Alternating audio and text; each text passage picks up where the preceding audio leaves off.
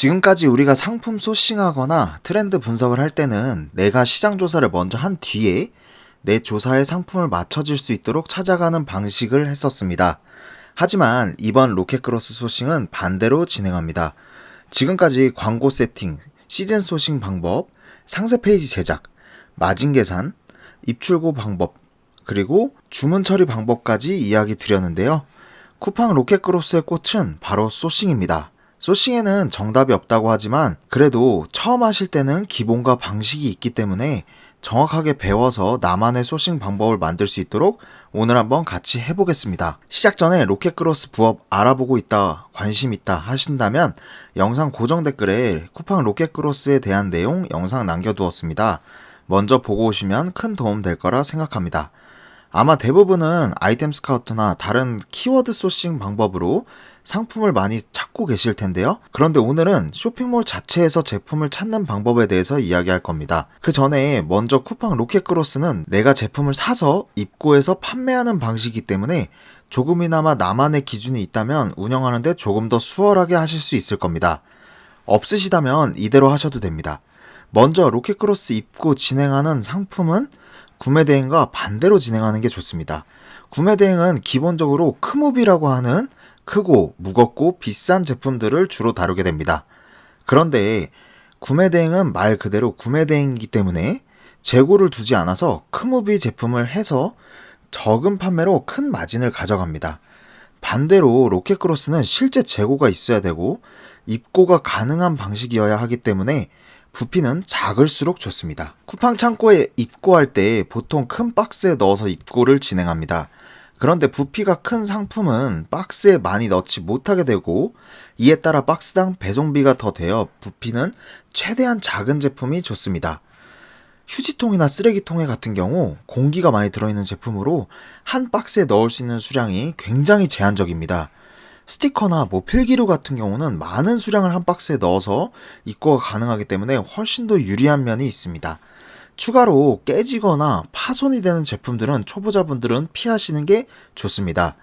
이유는 중국에서 입고하는 과정에서 파손도 있고 쿠팡 창고로 보내는 와중에도 파손 위험이 있습니다.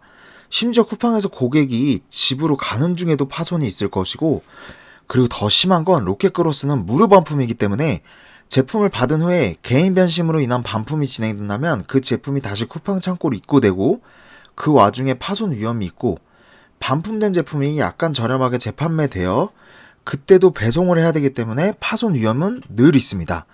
그렇기 때문에 파손이 심한 제품은 피해주세요. 그렇게 얘기하게 되면 나는 팔 게 없다, 그리고 나만의 경쟁력 있는 상품이 너무 없다, 이렇게 이야기하시는 분들이 있으실 겁니다. 부피 큰 상품이 경쟁력이 적다라고 이야기하실 건데 맞습니다. 그렇게 해서 경쟁력을 가져가셔도 됩니다. 그렇다면 쿠팡 창고에 입곳이 제한 규격이 있습니다. 그 규격을 넘지 않는 제품을 찾아서 입고 진행하시면 조금 더 틈새 시장을 찾을 수 있습니다. 쿠팡 로켓크로스는 보관비 무료 기간 동안 꼭 판매를 전부 하셔야 됩니다. 그게 아니라면 보관비가 발생할 것이고 큰 제품에 따라 보관비가 더욱더 많이 발생하게 됩니다. 그리고 큰 제품을 취급하면은 공간도 많이 필요할 수 있습니다.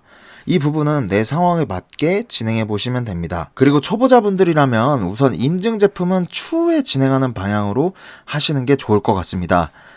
아직 판매 데이터도 없고 내가 능숙하지도 않은데 덜컥 비싸게 인증을 받아서 판매를 한다는데 그게 안 팔리면 재고뿐만 아니라 인증 비용도 손해를 보게 됩니다. 인증이 필요한 제품 중에서는 아동용이나 전자파 KC 인증 같은 경우가 있습니다. 또 여기서 그러면은 팔 게 없다, 나만의 경쟁력이 없다, 나만의 경쟁력을 가진 상품을 소싱하고 싶다 라고 하시는 분들이 있을 겁니다.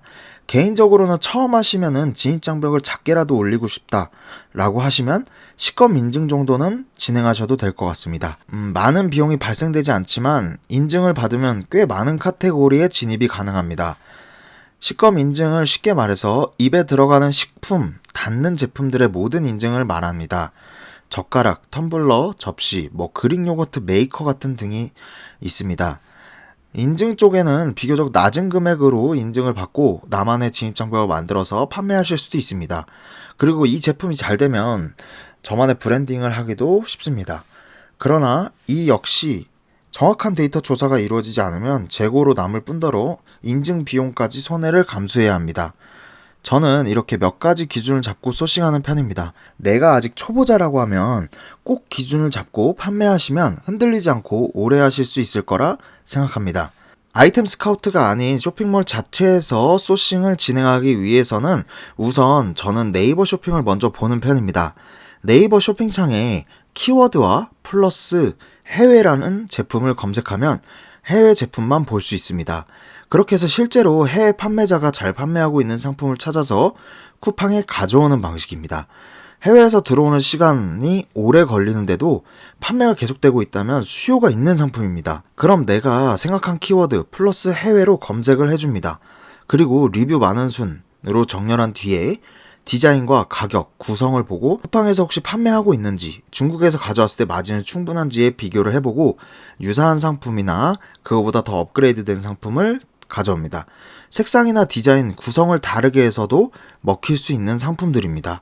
이미 해외 마크를 달고 있는데도 판매량이 보장되어 있는 상품을 내가 국내로 가져와서 판매를 한다면 기존보다 반응이 좋을 것입니다. 이렇게 다방면으로 채널에서 검색을 해봐서 찾아보는 방법이 있습니다. 내가 아이템 스카우트나 키워드 데이터를 뽑는 것을 타오바오나 1688에 입력해서 소싱한다면 디자인과 그 중국 사이트에서 잘 팔리는 제품들을 먼저 보고 선택하지만 네이버나 쿠팡 11번과 같은 리뷰가 많은 순으로 정렬해서 제품과 디자인을 본다면 현재 한국에서 판매가 잘 되는 제품들을 먼저 볼 수 있게 되는 겁니다. 이렇게 다양한 소싱 방법을 늘려서 나만의 소싱법을 가지고 있다면 장소나 시간 상관없이 내가 원하는 부가적인 수익을 충분히 벌 수 있습니다. 로켓크로스는 소싱만 잘해두면 어차피 배송, CS, 포장은 쿠팡이 하고 있으니 소싱하는 방법을 더 아시는 게 중요합니다. 로켓크로스에 대해서 더 많은 정보가 궁금하시다면 아래 고정 댓글에 링크 남겨두었습니다. 아직 내가 초보자라고 하면 정말 큰 도움 될 거라 생각합니다. 감사합니다.